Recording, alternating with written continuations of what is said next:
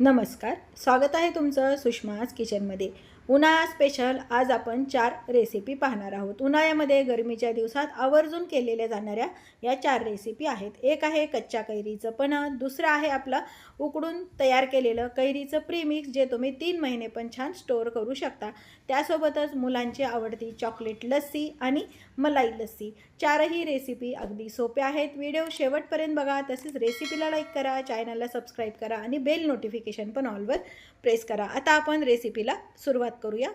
कच्च्या कैरीचं पन्ह बनवण्यासाठी इथे मी 1 वाटी कैरीचा खीस घेतलेला आहे। तोतापुरी कैरी वापरलेली आहे कारण ही जरा कमी आंबट असते।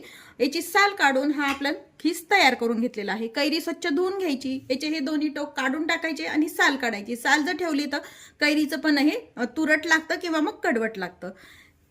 आता हा 1 वाटी खीस आहे कैरीचा, तो मिक्सर जारमध्ये टाकून घ्यायचा आहे।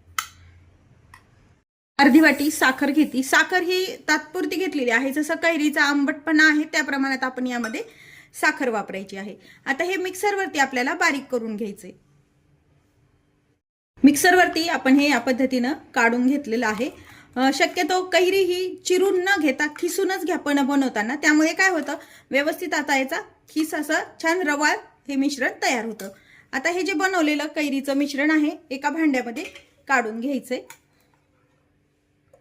या कैरीच्या मिश्रणामध्ये आवश्यकतेनुसार पाणी वापरायचं। जसं तुम्हाला याचं आंबट गोड प्रमाण हवं त्या पद्धतीनं पाण्याचं प्रमाण वापरायचं। पाण्याचं प्रमाण पाण्याचं आणि साखरेचं प्रमाण नाही सांगता येणार, कारण कैरी एखाद्या वेळेस जास्त आंबट किंवा मग जास्त गोडसर जर असू शकेल तर त्या प्रमाणात तुम्ही साखर आणि पाणी वापरायचे। आता हे मिक्स करून पाहूया।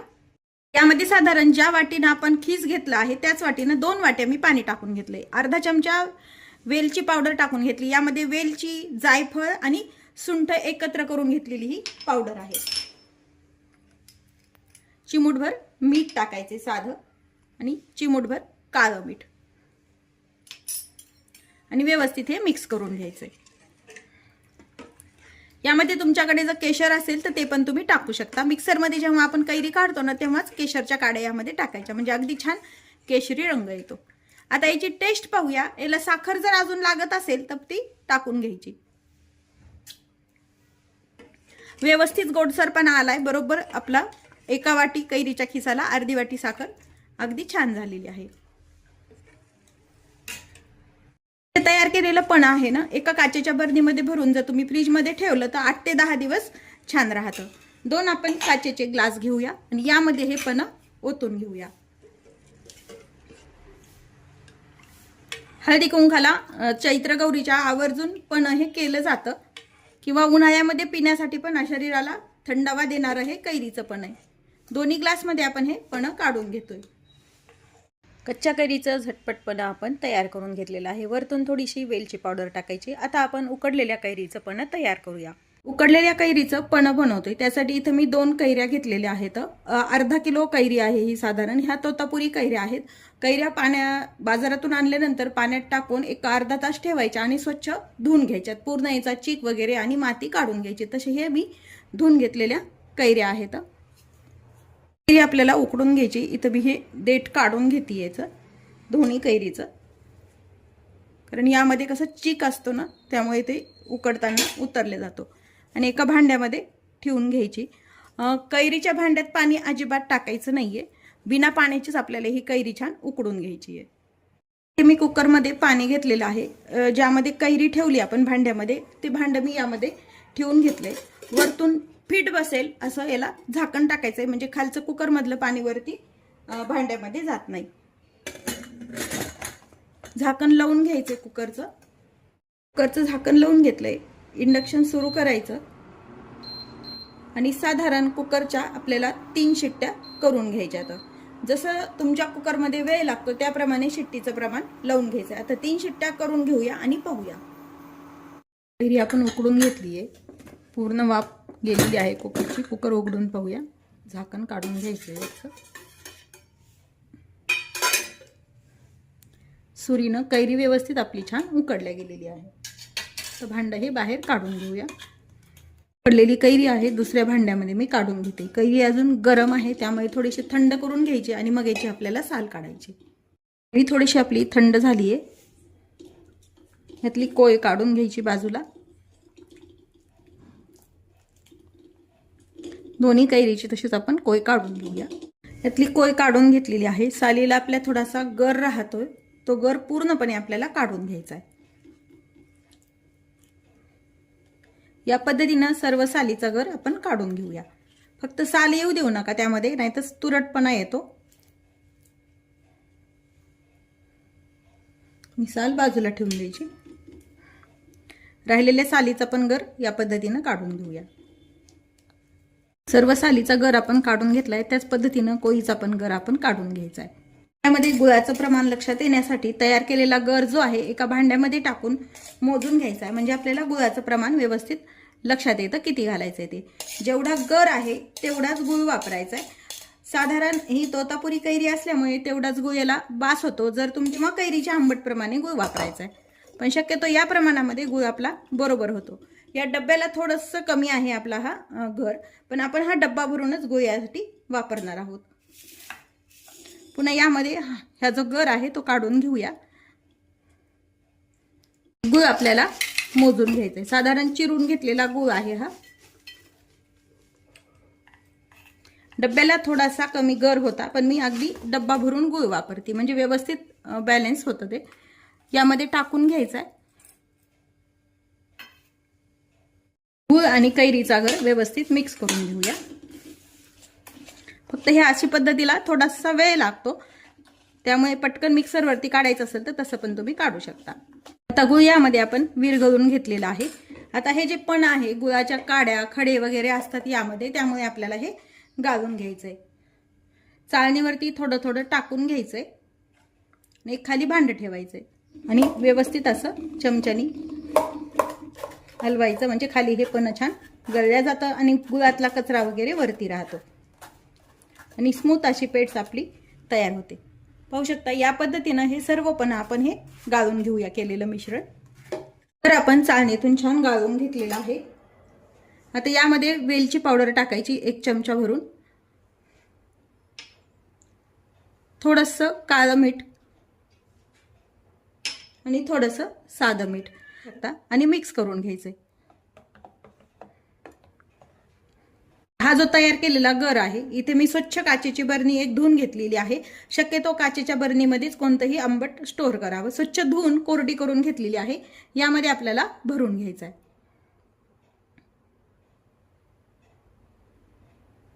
सर्व गर असाच आपण काचेच्या बरणीत भरून घेऊया. तयार केलेला कैरीच्या पण्याचा गर तुम्ही फ्रीजमध्ये 3 ते 4 महिने पण स्टोअर करू शकता. फक्त काळजी एवढीच घ्यायची की याला कोणतेही पाण्याचे हात लागले नाही पाहिजेत. पाणी जर लागलं तर हा गर टिकत नाही. या तयार मिश्रणाचं पण कसं बनवायचं ते पाहूया इन्स्टंट. आपण हे तयार करून ठेवल्यानंतर 1 चमचा गर घ्यायचा आहे, एका ग्लासमध्ये टाकून घ्यायचा आहे. अशा आपण 2 ग्लास तयार करतोय, म्हणून 2 ग्लासमध्ये 2 चमचा मी कैरीचा गर टाकून घेतेय. यामध्ये एकदम थंड पाणी टाकून घ्यायचे, मिक्स करून घ्यायचं. पाण्यामध्ये छान विरघळून घ्यायचं. हे टाकलेलं गर जो आहे तो छान मिक्स करून घेतलंय आपण हे पाण्यामध्ये टाकून. यामध्ये तुम्ही पुदिना वगैरे टाकायचा असेल तर तो पण तुम्ही टाकू शकता वरतून.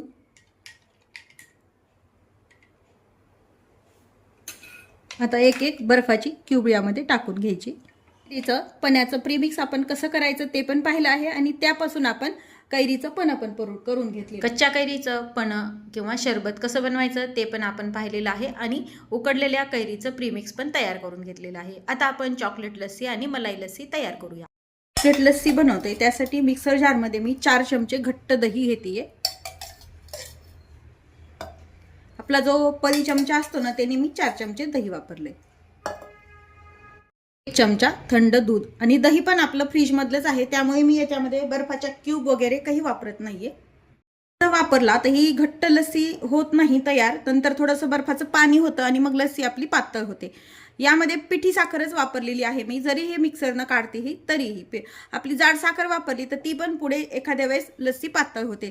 2 ते 2.5 चमचे या चमच्याने मी मसाल्याचे जे चमचे असतात ना त्यांनी मी पिठी साखर टाकून घेतलेली आहे. गोडाचं प्रमाण दही जसं आंबट आहे तसं तुम्ही वापरू शकता. छोटा टीस्पून कोको पावडर टाकून घ्यायची. हर्षी सिरप टाकले मी. हे कोणतंही तुम्ही चॉकलेटचं सिरप ते छोटं पॅक मिळतं ना 10 वालं ते तुम्ही वापरू शकता.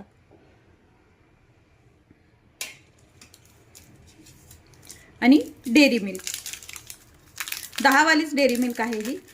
डेअरी मिल्क मोठी जर वापरली तर चॉकलेट सिरपची वगैरे पण गरज नाही पडत. यामध्ये अशी तोडून टाकून घ्यायची. आता हे मिक्सरला फिरून घ्यायचंय. चॉकलेट लस्सी आपण तयार करून घेतली. इथं मी 2 काचेच्या ग्लासला चॉकलेट सिरप आतल्या साईडनं लावून घेतलेला आहे. यामध्ये आपण ही लस्सी काढून घ्यायची. तर वरतून लस्सीवरती थोडंसं चॉकलेट सिरप टाकून घ्यायचंय दोन्ही पण ग्लासवर. चॉकलेट सिरप टाकल्यानंतर थोडेसे चॉको चिप्स टाकून घ्यायचे. तयार आहे आपली घरच्या घरी चॉकलेट लस्सी. आता आपण दुसरी लस्सी पाहूया, मलाई लस्सी. आज आपण उन्हाळा स्पेशल घरी अगदी घट्ट दह्याची लस्सी बनवतोय. त्यासाठी इथं मी अर्धा लिटर दूध फुल क्रीम गरम करून त्याचं दही लावून घेतलंय. दही कसं लावायचं याचा ऑलरेडी व्हिडिओ मी अपलोड केलेला आहे. आता हे लावलेलं दही आहे. थोडंसं दही मी विरजण्यासाठी काढून ठेवलेलं आहे, आपल्याला जे तूप वगैरे बनवायला लागतं त्यासाठी. आता हे दही लावून घेतलंय. याची पूर्ण वरची अशी थोडी थोडी जी मलाई आहे ती आपल्याला काढून घ्यायची, म्हणजे आपल्याला वरतून लस्सीवरती टाकता येते. एका डिशमध्ये हे काढून ठेवूया. हे जे दही आहे यामध्ये आपल्याला फेटता येणार नाही, त्यामुळे मी एका दुसऱ्या भांड्यामध्ये काढून घेते. पाहू शकता, बघा तुम्ही किती घट्ट असं हे दही आपलं तयार झालेलं आहे. त्यामध्ये आता 1 वाटी, साधारण 1 वाटीपेक्षा थोडीशी कमी मी पिठी साखर वापरते. शक्यतो पिठी साखरच वापरा किंवा साखरेचं प्रमाण दही जसं आंबट आहे त्या प्रमाणात तुम्ही वापरायचंय. अर्धा चमचा वेलची पावडर टाकून घ्यायची. थोडंसं मीठ,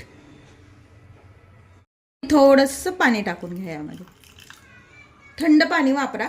आणि दही पण हे पूर्ण फ्रीजमध्ये ठेवून थंड करून घेतलेलंच आहे.